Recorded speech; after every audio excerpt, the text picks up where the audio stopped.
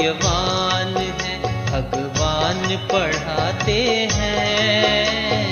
हम कितने भाग्यवान हैं, भगवान पढ़ाते हैं।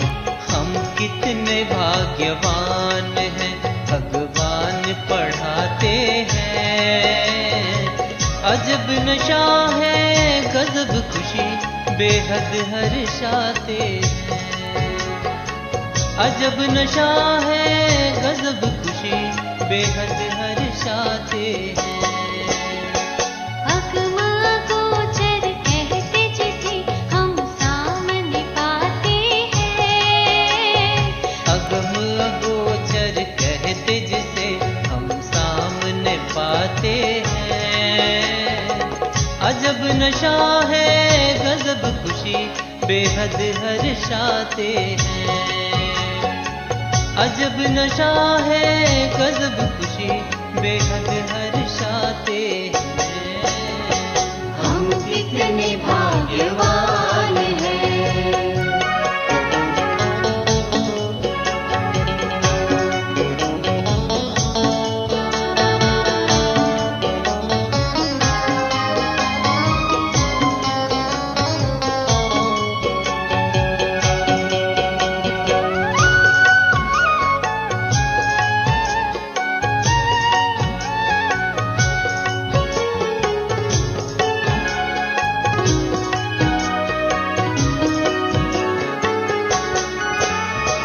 पवित्रता, आनंद, प्रेम के हीरे माणिक मोती, सुख शांति संतोष को पाकर जग गई जीवन ज्योति। पवित्रता, आनंद, प्रेम के हीरे माणिक मोती, सुख शांति संतोष को पाकर जग गई जीवन ज्योति। अविनाशी धन दे सच्चा, धनवान बनाते हैं। अविनाशी धन दे सच्चा, धनवान बनाते हैं। अजब नशा है, गजब खुशी, बेहद हर्षाते हैं। अजब नशा है, गजब खुशी, बेहद हर्षाते हैं। हम कितने भाग्यवान हैं।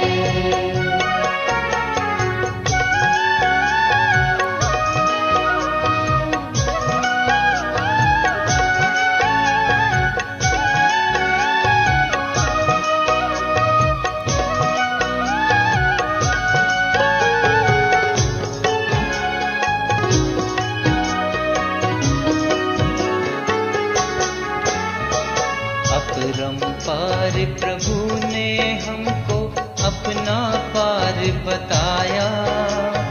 वेद शास्त्र सारे ग्रंथों का सारा सार सुनाया।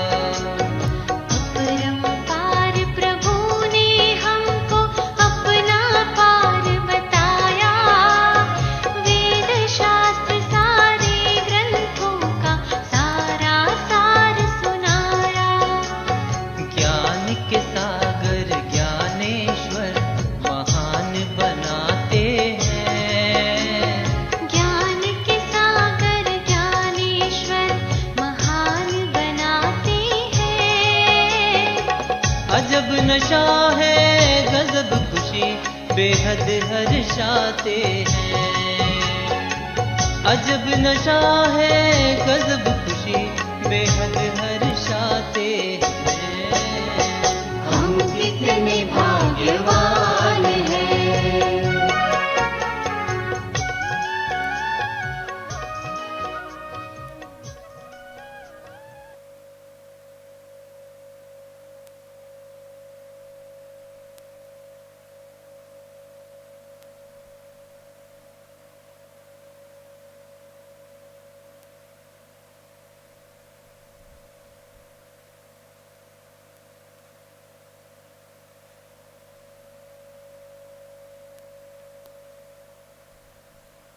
ओम शांति। सभी मिलकर 3 बारी ओम शांति करेंगे।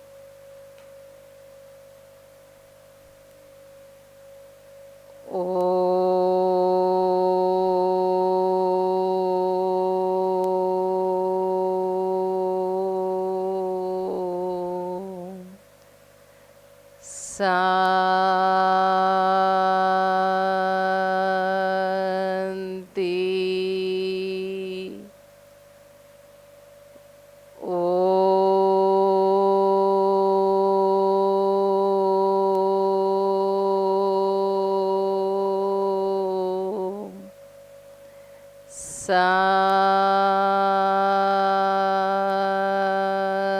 शांति।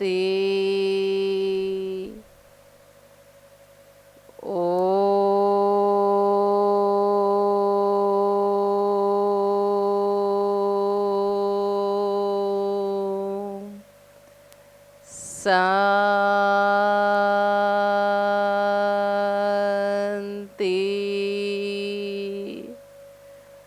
ओम शांति।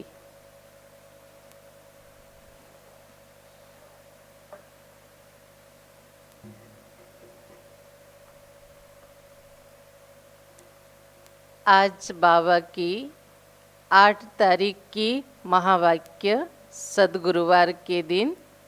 सद्गुरुवार के दिन सद्गुरु परमात्मा हम बच्चों को कहते, मीठे बच्चे,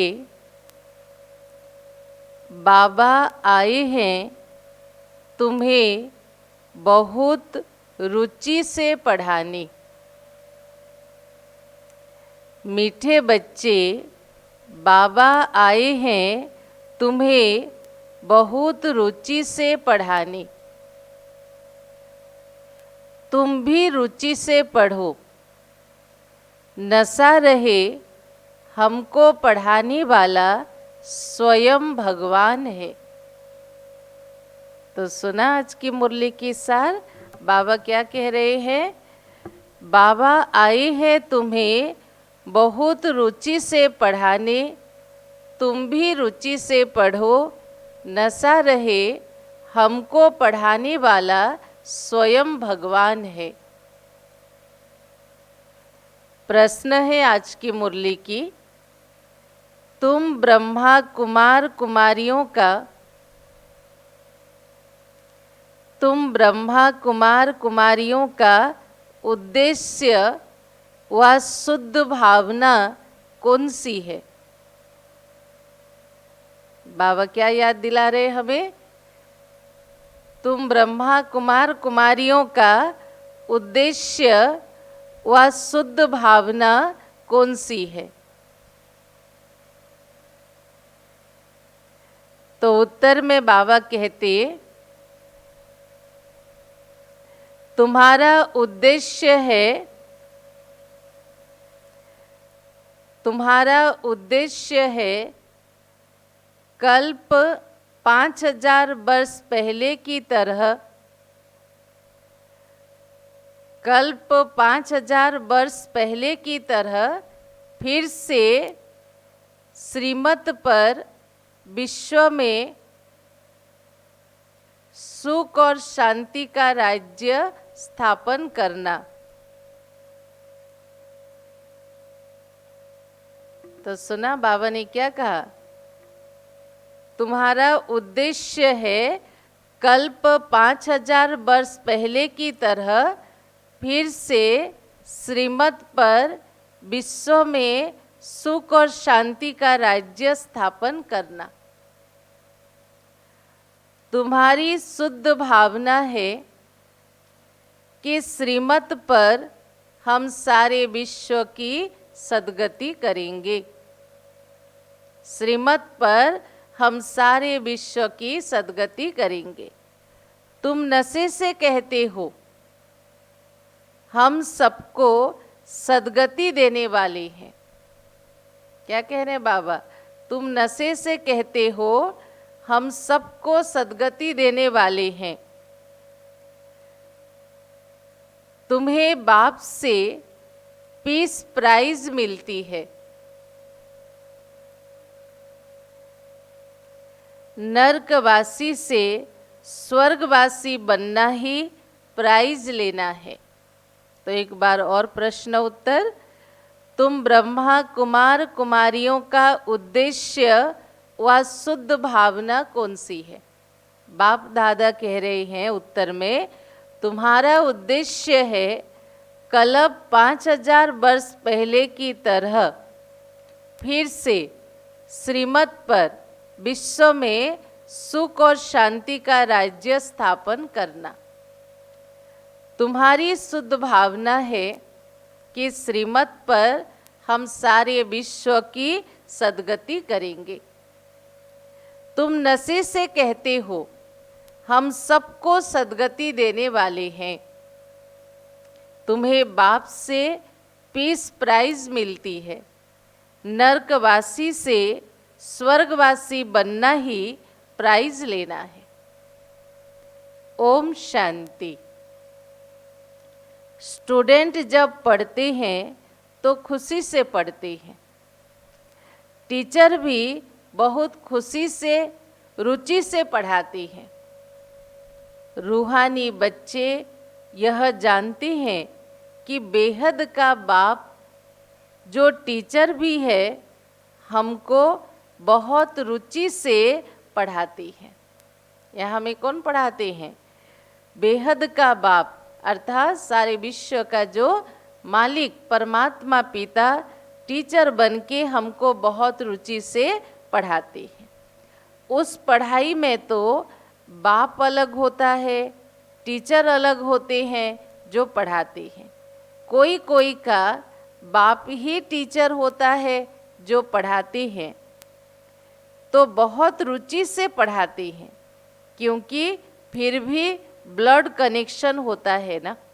अगर किसी टीचर का बच्चा उसी क्लास में ही पढ़ता हो तो अपने बच्चे के साथ साथ सभी बच्चों को अच्छी तरह से पढ़ाई पढ़ाते हैं, क्योंकि उनको अपने बच्चे का भी चिंता रहता है।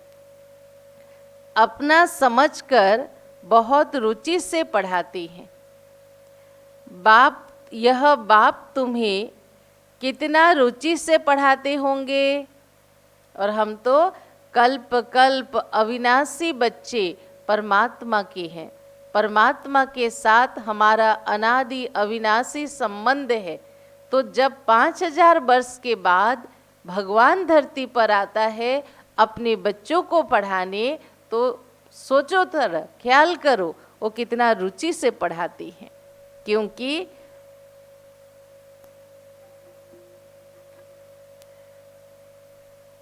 यह बाप तुम्हें कितना रुचि से पढ़ाते होंगे, तो बच्चों को भी कितना रुचि से पढ़ना चाहिए। क्यों पढ़ना चाहिए? डायरेक्ट बाप पढ़ाते हैं और यह एक ही बार आकर पढ़ाते हैं। चलो पहले ट्रैफिक करें, फिर इम्पोर्टेंस मुरली की समझेंगे। ओम शांति शांति। ओम शांति शांति। अंतर मन में ज्योति जगा लो, होगा दूर अंधेरा।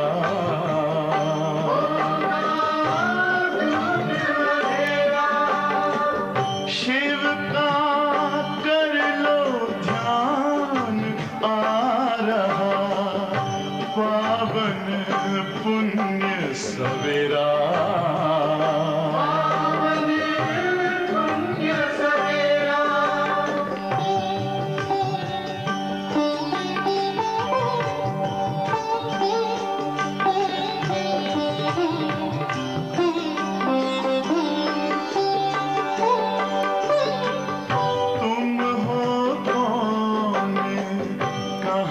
से आए अपने आप को जानो।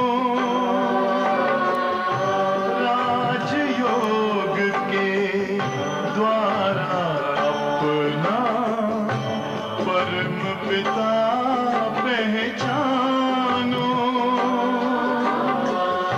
इसी राह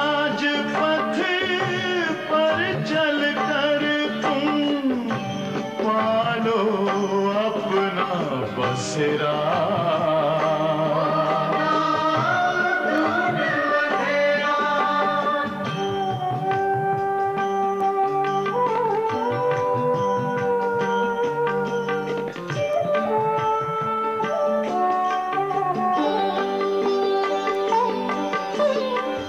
तुम हो आत्मा तन से न्यारे, परमात्मा को प्यारे। दिव्य गुणों को धारण करके योगी बनो दुलारे। ज्योति बिंदु ही तोड़ेगा ये माया मोह का घेरा।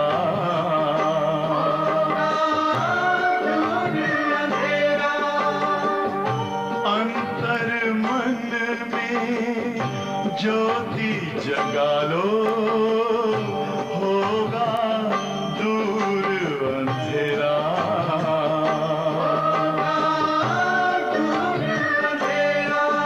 ओम शांति, ओम शांति, ओम शांति।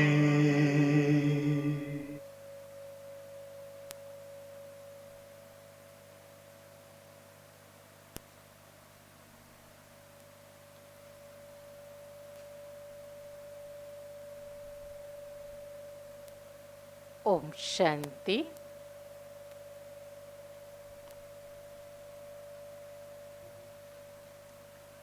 तो बाबा क्या कह रहे थे? डायरेक्ट बाप पढ़ाती है और यह एक ही बार आकर पढ़ाती है। तो बच्चों को रुचि बहुत चाहिए, क्योंकि कल्प में एक ही बार भगवान हमारे टीचर बनकर हमें पढ़ाते हैं, तो कितना अटेंशन और कितना प्यार और आग्रह के साथ पढ़नी चाहिए। बाबा भगवान हमको पढ़ाती हैं और हर बात अच्छी रीति समझाते रहती हैं। कोई कोई बच्चों को पढ़ते पढ़ते विचार आते हैं, यह क्या है? ड्रामा में यह आवागमन का चक्र है, परंतु यह नाटक रचा ही क्यों? इससे क्या फायदा होगा? बस सिर्फ ऐसे चक्र लगाते रहेंगे, इससे तो छूट जाए अच्छा है। बाबा क्या कह रहे? कई बच्चों के संकल्प चलते कि यह क्या ड्रामा बना है, जन्म लो मरो, सतयुग से कलयुग होगा, फिर रिपीटेशन होगा, फिर आएंगे, इससे क्या फायदा होने वाला है? इससे तो अच्छा हम जन्म मरण के चक्र से मुक्त हो जाएं। जब देखते हैं यह तो 84 का चक्र लगाते रहना है, तो ऐसे ऐसे ख्यालात बच्चों के मन में आते हैं। भगवान ने ऐसा खेल ही क्यों रचा? जो आवागमन के चक्र से कोई छूट नहीं सकते, इससे तो मुख्य मिल जाए अच्छा है। ऐसे ऐसे ख्यालात कई बच्चों के मन में आते हैं। आप सबके मन में भी ऐसे ख्यालात आए होंगे। इस आवागमन से दुख सुख से छूट जाए, बाप कहते यह कभी भी हो नहीं सकता। सृष्टि चक्र के जन्म मरण के चक्र से अगर सभी मनुष्य आत्मा मुक्त हो गए, तो सृष्टि नाटक ही कंप्लीट फिनिश हो जाएगा, जो कभी हो नहीं सकता। इसको चक्र कहते ना, जो हमेशा घूमता रहता है, फिरता रहता है, पुनरावृत्त होती रहती है। कभी ये दुनिया कंप्लीटली फिनिश नहीं हो सकता। तो भगवान ने कहा यह कभी हो नहीं सकता। मोक्ष पाने के लिए कोशिश करना ही तुम्हारा वेस्ट है। बाप ने समझाया है, एक भी आत्मा अपने पार्ट से छूट नहीं सकती। आत्मा में अविनाशी पार्ट भरा हुआ है, वह है ही अनादि अविनाशी बिल्कुल एक्यूरेट एक्टर्स। वह है ही अनादि अविनाशी बिल्कुल एक्यूरेट एक्टर्स। एक भी यहाँ कम जास्ती नहीं हो सकता। इस ड्रामा में ना एक एक्टर की कमी होगी, ना एक नया एक्टर की ऐड हो सकता है। जो है वही पुनरावृत्त होगा, एक्यूरेट उसी तरह। तुम बच्चों को सारी नॉलेज है। इस ड्रामा के पार्ट से कोई छूट नहीं सकता, ना कोई मोक्ष पा सकता।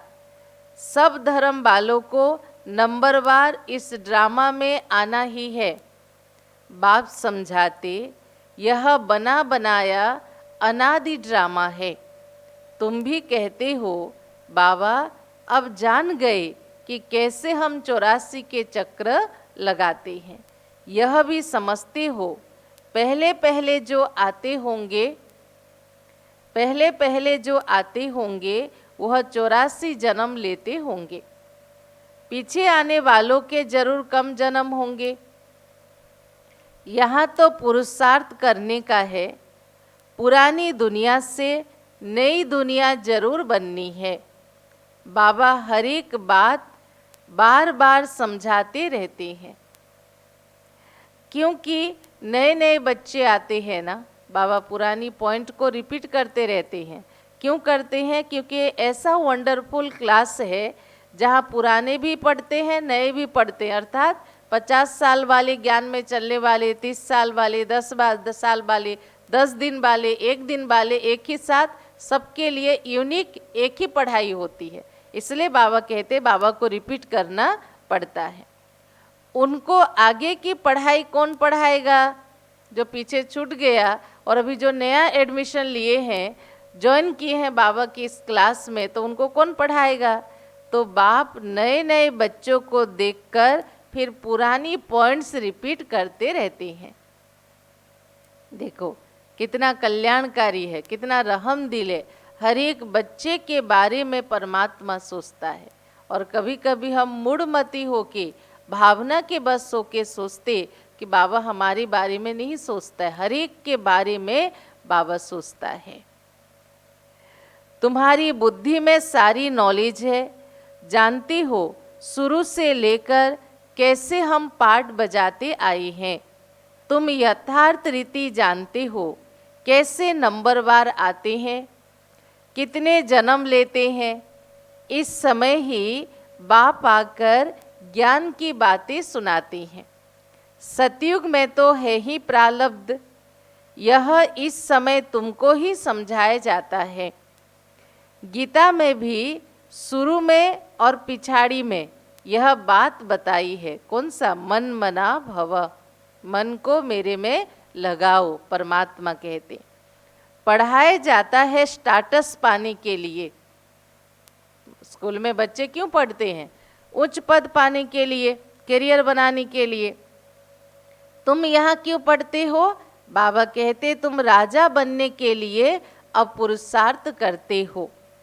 और धर्म वालों को तो समझाया है कि वह नंबरवार आते हैं। धर्म स्थापक के पिछाड़ी सबको आना पड़ता है, राजाई की बात नहीं। एक ही गीता शास्त्र है जिसकी बहुत महिमा है। भारत में ही बाप आकर सुनाते हैं। क्या सुनाते हैं? गीता ज्ञान, सच्चा गीता ज्ञान। और सबकी सद्गति करते। वह धर्म स्थापक जो आते, वह जब मरते तो बड़े बड़े तीर्थ उनके लिए बनाते हैं। कोई भी धर्म स्थापक, चाहे बुद्ध हो, चाहे महावीर हो, चाहे गुरु नानक हो, चाहे कोई भी हो, क्योंकि उन्होंने कुछ महान कर्तव्य करके गए, लोगों को दिशा दिखा के गए। तो जब वो शरीर छोड़ते हैं तो उनके स्मृति में बड़े बड़े तीर्थ बनाते हैं। वास्तव में सबका तीर्थ यह भारत देश है। भारत देश में रहने वाले धर्म स्थापक के तीर्थ हैं, लेकिन पूरे भारत देश, पूरे विश्व में सबके तीर्थ है। क्योंकि यहाँ बेहद का बाप आते हैं, भगवान आते हैं। बाप ने भारत में ही आकर सबकी सद्गति की है। बाप कहते मुझे लिबरेटर गाइड कहते हो ना। हम तुमको इस पुरानी दुनिया, दुख की दुनिया से लिबरेट कर शांति धाम, सुख धाम में ले जाते हैं। बच्चे जानते हैं बाबा हमें शांति धाम, सुख धाम में ले जाएंगे, बाकी सब शांति धाम में जाएंगे। बाबा हमें शांति धाम लेके सुख धाम में भेजेंगे, बाकी सभी आत्माएं शांति धाम जाएंगे। दुख से बाप आकर लिबरेट करते हैं, उनका जन्म मरण होता नहीं है। बाप आया और चला गया, परकाया प्रवेश कहते ना। जब जरूरत है पढ़ाने के लिए, गाइड करने के लिए, तो शरीर में प्रवेश किया, कर्म खत्म हुआ, शरीर से अलग हो जाता, तो किसी भी बंधन में वो बनता नहीं है। उनके लिए थोड़ी कहेंगे कि मर गया। जैसे शिवानंद के लिए कहते शरीर छोड़ दिया, फिर क्रिया कर्म आदि करते हैं। यह बाप चला जाएगा तो इनका क्रिया कर्म, सेरेमनी आदि कुछ भी करना है क्या? क्योंकि परमात्मा निराकार परम ब्रह्म है, वो कोई इंसान नहीं है। इंसान जब शरीर छोड़ता, आत्मा चली जाती, तब उसके शुद्धि क्रिया कर्म आदि करती हैं। परमात्मा कोई इंसान नहीं है, ना उसका जन्म होता ना उसका मरण होता, इसलिए उसके जाने के बाद उनके कभी क्रिया कर्म नहीं करेंगे। उनके तो आने का भी किसी को पता नहीं पड़ता। क्रिया कर्म आदि की बात तो छोड़ो, कैसे ब्रह्मा तन में आते हैं, कब आते हैं, वो खुद ब्रह्मा को भी पता नहीं पड़ता। और सब मनुष्यों का क्रिया कर्म करते, बाप का क्रिया कर्म होता नहीं। ये नया शब्द बाबा ने इतने सालों की मुरली में हमने पहली बार सुना है बाबा की, क्रिया कर्म, क्योंकि वो इंसान नहीं है, क्योंकि उनको शरीर तो है नहीं। सतयुग में यह ज्ञान भक्ति की बातें कुछ भी नहीं होगा, यह अभी चलती है और सब भक्ति ही सिखलाने वाले हैं। आधा कल्प है भक्ति, फिर आधा कल्प के बाद बाप आकर ज्ञान का वर्षा देते हैं। ज्ञान कोई वहाँ साथ नहीं चलेगा। बाबा क्या कह रहे हैं, ये जो ज्ञान तुम सुन रहे हो, ये कोई तुम्हारे साथ सतयुग में नहीं चलेगा। वहाँ बाप को याद करने की दरकार ही नहीं रहती। मुक्ति में है, वहाँ याद करना होता है क्या? कहाँ के लिए बाबा कह रहे? परम धाम। परम धाम में तो आत्मा अपनी सतोगुणी अवस्था में, अपने मूल रूप में, अपने बीज रूप में, बिंदु रूप में स्थित होगी। ना वहाँ कोई कर्म, ना कोई सुख दुख, ना कोई लड़ाई झगड़ा, ना कोई बातचीत। कंप्लीट अवस्था में परम धाम में विश्राम रूप में होती है।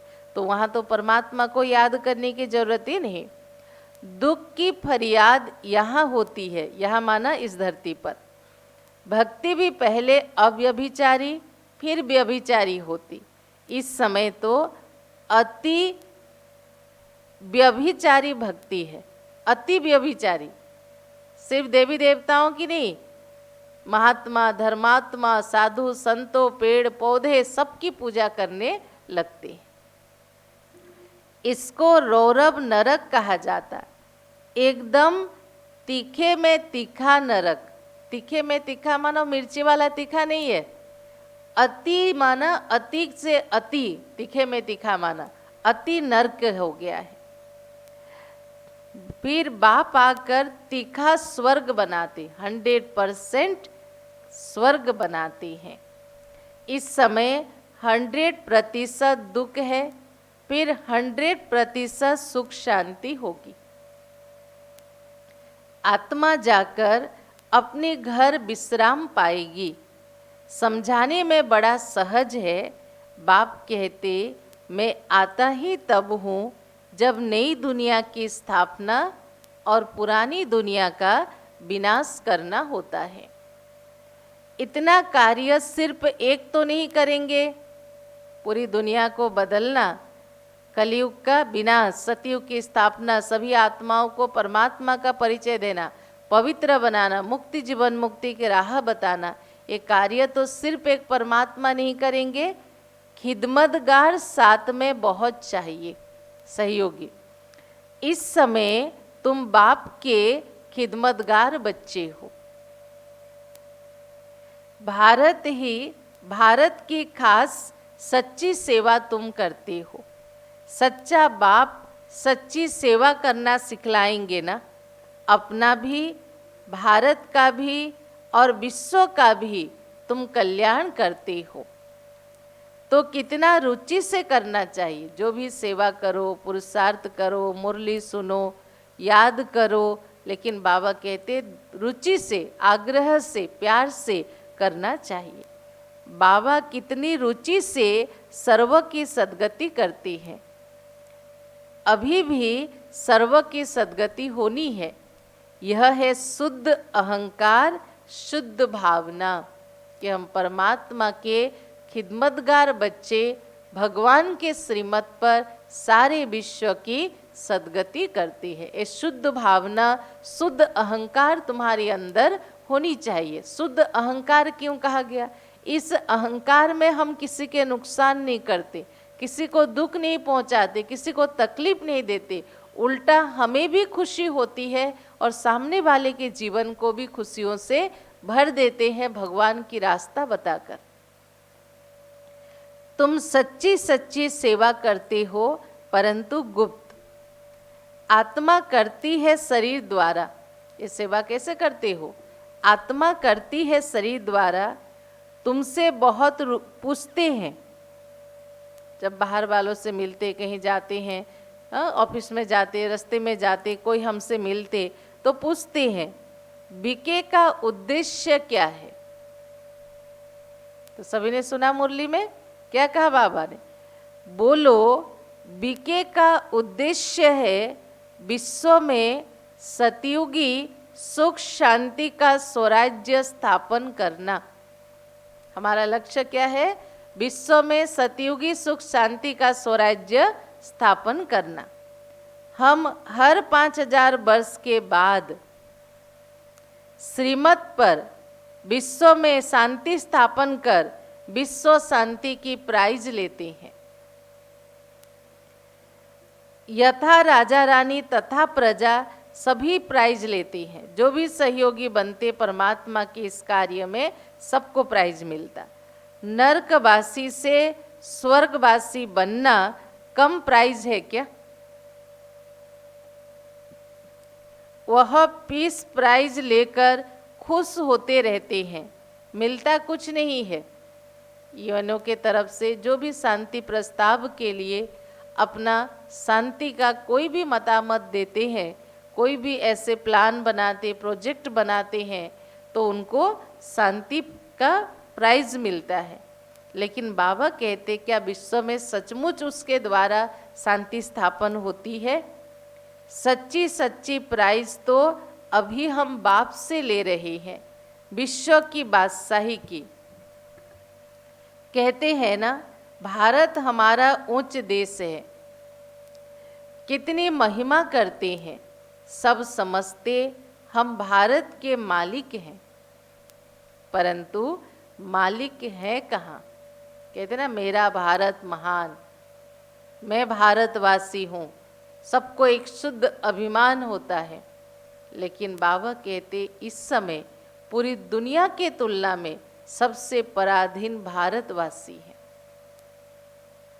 मालिक कहाँ? अभी तुम बच्चे बाप की श्रीमत से राज्य स्थापन कर रहे हो। हथियार पावर कुछ है नहीं। हम यहाँ कोई अस्त्र शस्त्र एटॉमिक बम लेके नहीं कर रहे हैं। दैवी गुण धारण करते हो, इसलिए तुम्हारा ही गायन और पूजन होता है। अम्बा की देखो कितनी पूजा होती है 12 महीना, परंतु अम्बा कौन है? ब्राह्मण है व देवता है, यह किसी को नहीं पता। तो बाबा ने कहा अम्बा है ब्रह्मचारिणी स्वरूप। अम्बा माना जगत की माँ, सर्व की मनोकामना पूर्ण करने वाली। अम्बा, काली, दुर्गा, सरस्वती आदि ऐसे बहुत नाम हैं। यहाँ भी नीचे अम्बा का छोटा सा मंदिर है। अम्बा को बहुत भुजाएं दी है, लेकिन तो अभी वो अम्बा के मंदिर कितना बड़ा हो गया है। अम्बा को बहुत भुजाएं दी है, ऐसे तो नहीं है 10 भुजा वाली दुर्गा दिखाते हैं और सभी हाथों में हथियार दिखाते, अस्त्र शस्त्र दिखाते हैं। वास्तव में वो अस्त्र शस्त्र हमारे ज्ञान, योग और दैवी गुण के प्रतीक है। ज्ञान का तलवार, स्वदर्शन चक्र, ज्ञान की शंख, तो ये सारे हमारे अस्त्र शस्त्र हैं। ऐसे तो होता नहीं, इसको कहा जाता ब्लाइंड फेथ। क्राइस्ट, बुद्ध आदि आए, उन्होंने अपना अपना धर्म स्थापन किया, तिथि तारीख सब बताते, वहाँ ब्लाइंड फेथ की कोई बात नहीं है। यहाँ भारतवासियों को कुछ पता नहीं कि हमारा धर्म कब और किसने स्थापन किया।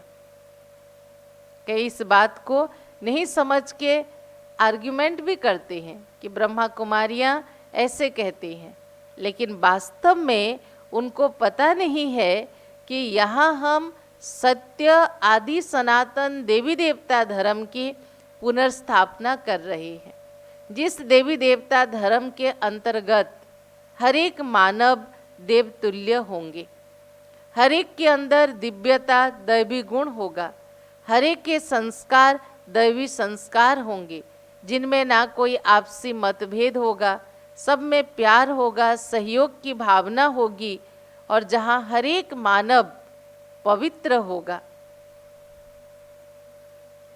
तो इसलिए बाबा ने कहा भारतवासियों को कुछ पता नहीं कि हमारा धर्म कब और किसने स्थापन किया, इसलिए कहा जाता ब्लाइंड फेथ।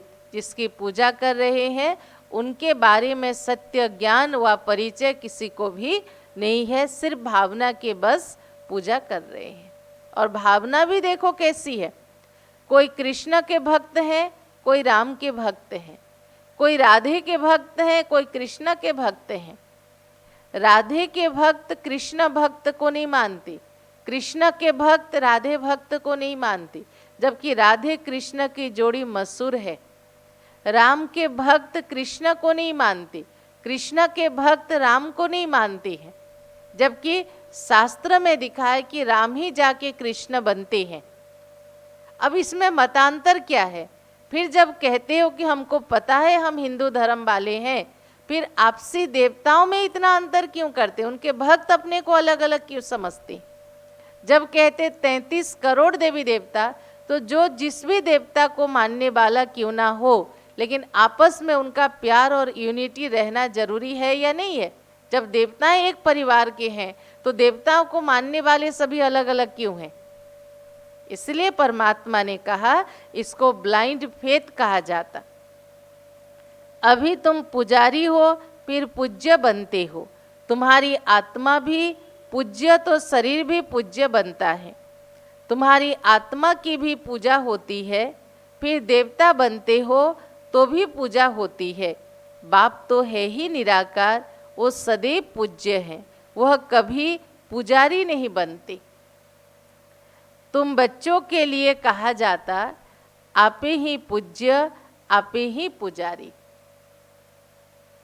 बाप तो एभर पूज्य है, यहाँ आकर बाप सच्ची सेवा करते हैं, सबको सद्गति देते हैं। बाप कहते अब मामे कम याद करो, सिर्फ मुझे याद करो, दूसरे कोई देहधारी को याद नहीं करना है। परमात्मा जब आके हमारा अपना परिचय देते हैं और खुद का जब परिचय देते तो परमात्मा कहते सर्वधर्मान परित्यज्यम मामेकम शरणम व्रज। हे मनुष्यात्मा, तुम अभी कोई भी देहधारी, यहाँ तक कि अपनी देह को भी तुम याद नहीं करो, अपने को आत्मा समझ, सिर्फ मुझ एक परमात्मा को याद करो। यहाँ तो बड़े बड़े लखपति करोड़पति जाकर अल्लाह अल्लाह कहते हैं, कितनी अंधश्रद्धा है। बाप ने तुमको हमसो का अर्थ भी अभी समझाया है। वह कह देते शिवो अहम, हम ही शिव हैं, या कहेंगे अहम ब्रह्मस्मि, या कहेंगे आत्मा सो परमात्मा। अब बाप ने करेक्ट कर बताया कि तुम आत्मा हो, मैं परमात्मा हूँ। अब जज करो, समझाने के बाद परमात्मा क्या कह रहे, अब जज करो भक्ति मार्ग में जो सुना वो राइट है या मैं जो सुनाता हूं वो राइट है। हम आत्मा चक्र में ऐसे आती हैं, विराट रूप का चित्र भी है, इसमें चोटी ब्राह्मण और बाप को दिखाया नहीं है। बाबा ने क्या कहा, ब्राह्मणों के स्वरूप और परमात्मा के सत्य स्वरूप निराकार स्वरूप के बारे में कुछ नहीं बताया है। देवताएं कहाँ से आए, क्या देवताएं कहाँ से आए, पैदा कहाँ से हुए। कलयुग में तो शूद्र वर्ण है, फिर सतयुग में फट से देवता वर्ण कैसे हो गए। तो जरूर दोनों युग के बीच में कुछ तो हुआ होगा जो शूद्र फिर देवता बने।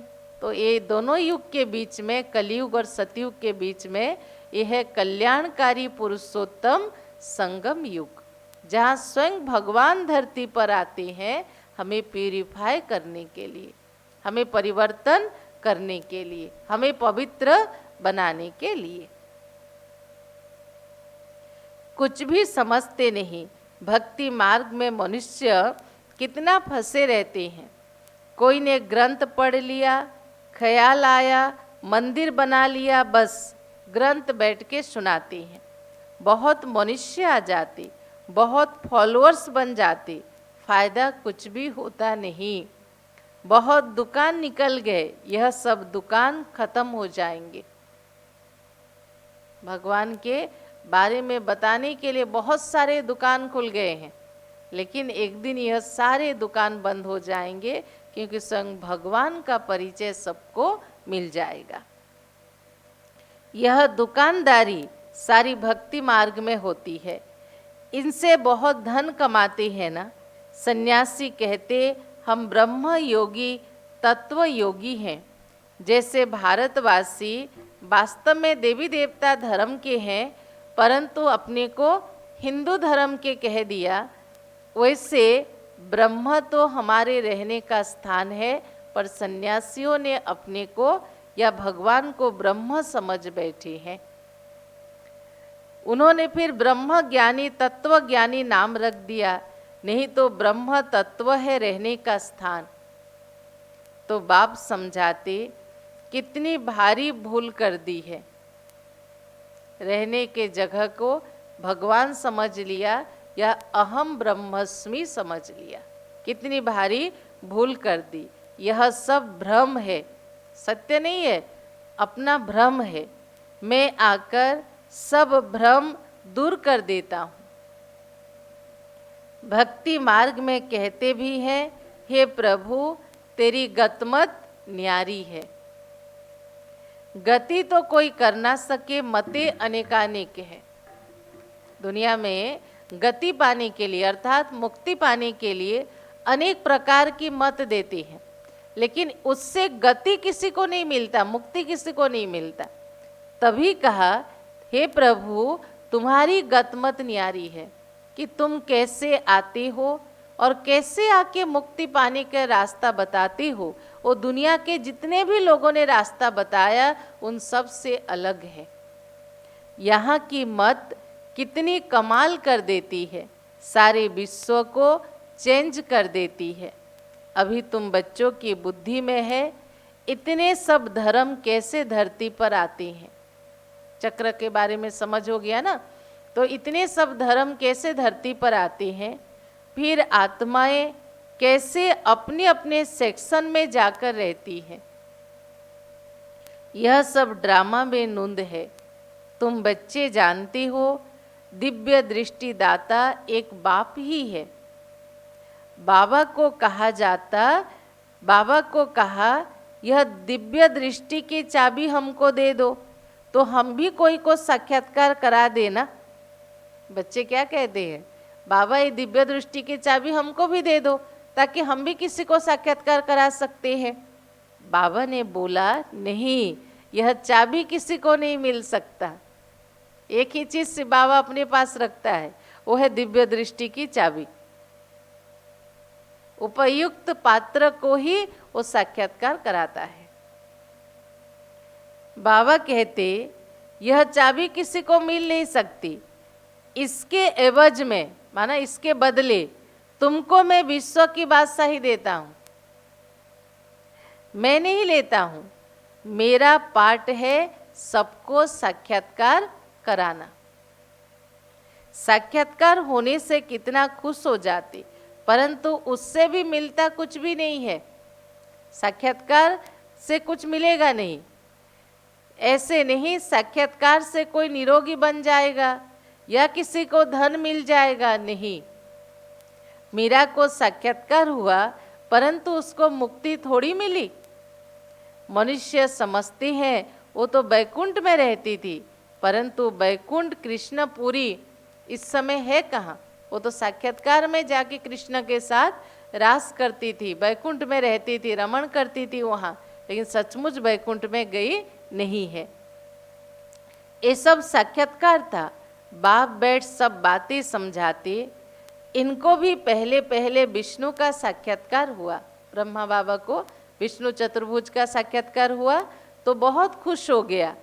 वह भी जब देखा कि मैं स्वयं महाराजा बनता हूँ, बाबा ने परिचय दिया ना, तुम ही ऐसे बनने वाले हो। जब देखा मैं स्वयं महाराजा बनता हूँ, विनाश भी देखा, फिर राजाई का भी देखा, तब उनको निश्चय बैठा।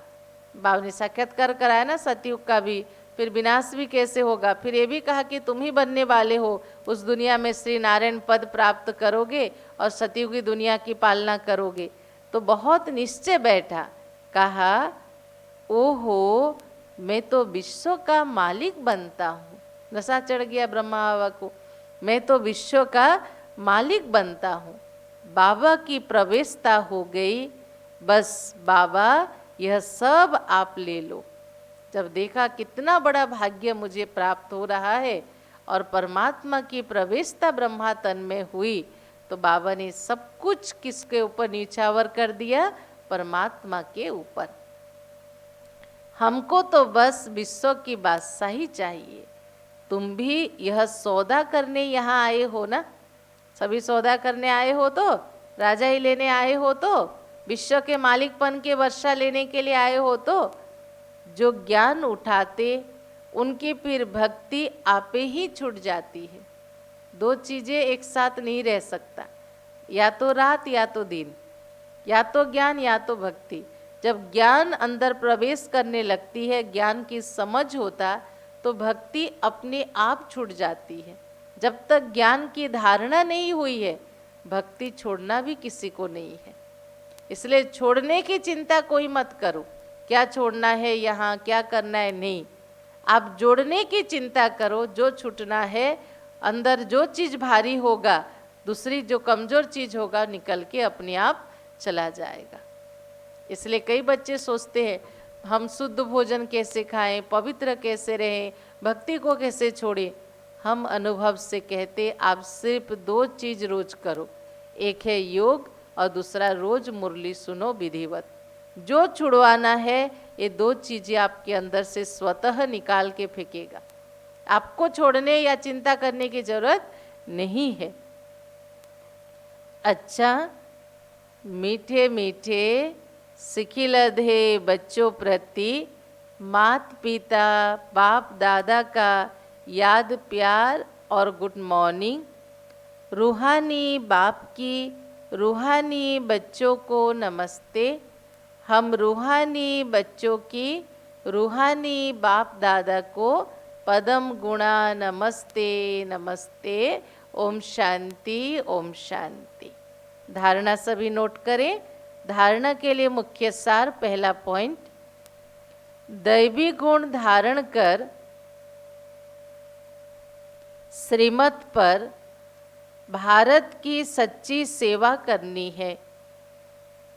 दैवी गुण धारण कर श्रीमत पर भारत की सच्ची सेवा करनी है।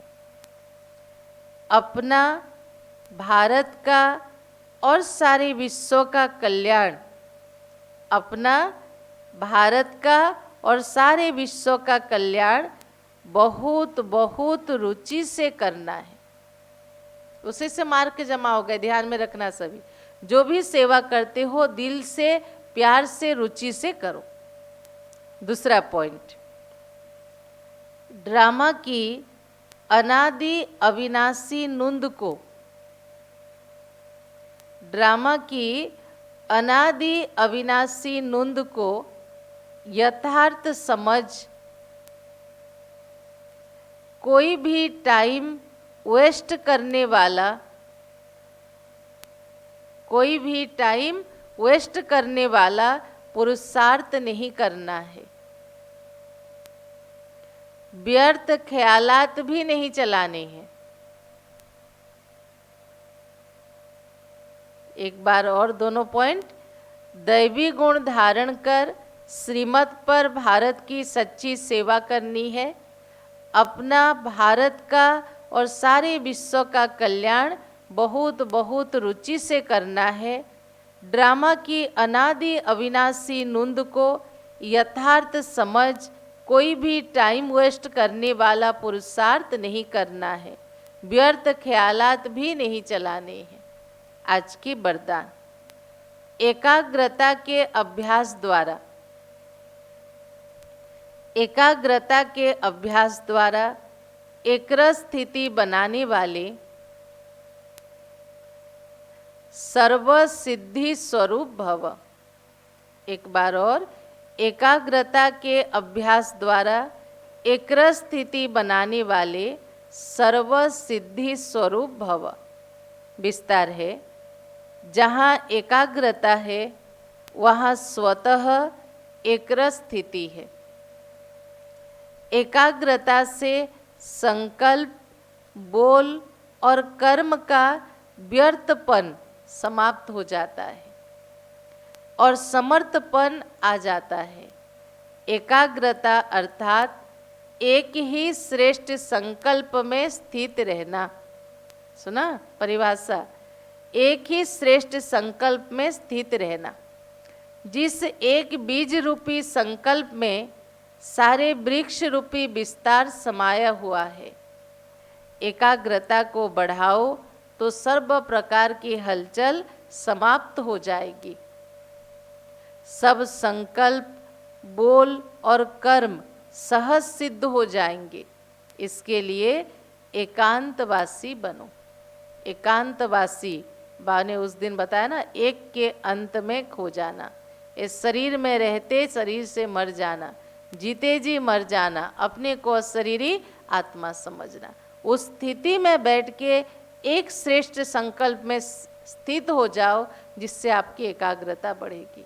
और जितनी एकाग्रता बढ़ेगी उतने सब प्रकार के हलचल समाप्त हो जाएंगे। आप जो सोचोगे, जो बोलोगे, जो कर्म व्यवहार में आओगे, वो स्वतः सिद्ध होते जाएंगे। स्लोगन, एक बार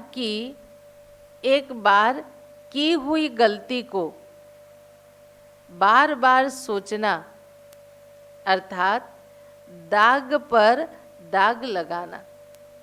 इसलिए बीती को बिंदी लगाओ। एक बार और, एक बार की हुई गलती को बार बार सोचना अर्थात दाग पर दाग लगाना। इसलिए बीती को बिंदी लगाओ। बाबा ने क्या कह रहे, बार बार सोच सोच के अपने को कोसते रहोगे तो व्यर्थ ही हुआ ना।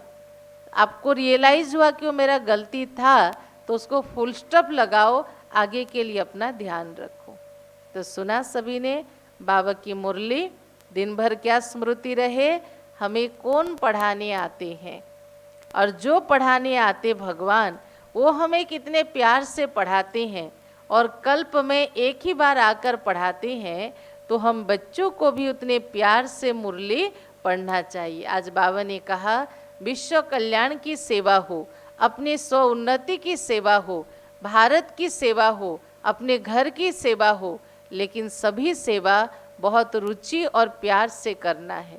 तो आज दिन भर सभी चेकिंग करेंगे। जो भी हम सेवा आज दिन भर कर रहे हैं डेली रूटीन में, वो आग्रह के पूर्वक प्यार से कर रहे हैं। और साथ ही साथ आप सभी को पुनः रिमाइंड दिला रहे हैं कि 1 तारीख से 13 तारीख योग भट्टी चल रही है। आशा करते हैं सभी भाई बहनें इस योग भट्टी में हिस्सा जरूर ले रहे होंगे, चाहे अपने घरों में बैठ के योग अभ्यास कर रहे होंगे, लेकिन सभी योग भट्टी में हिस्सा जरूर ले रहे होंगे। अच्छा, ओम शांति। अभी सभी अपने अपने घरों में बाप दादा को भोग स्वीकार कराएं।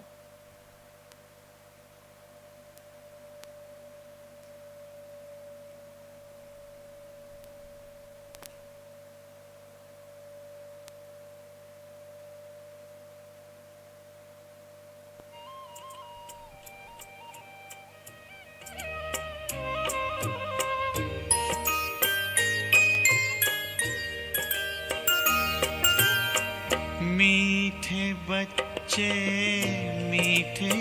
बच्चे बोलिए कितने मीठे हैं। मीठे बच्चे बोलिए कितने मीठे हैं।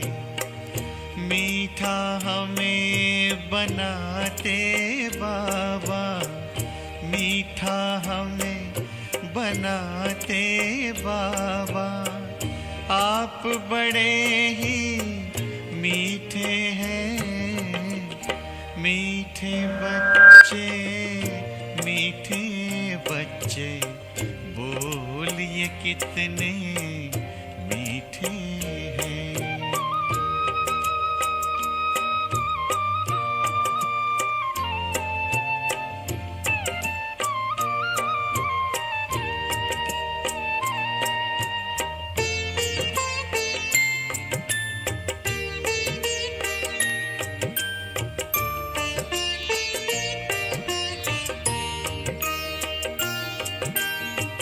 हम कहते कुर्बान आप पे बाबा, ये दिल जान है। जान नहीं कुर्बान बच्चों, करना तुम्हें जहान है।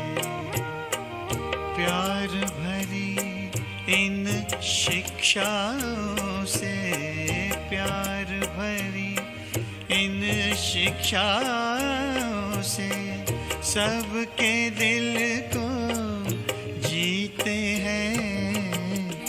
मीठे बच्चे बोलिए कितने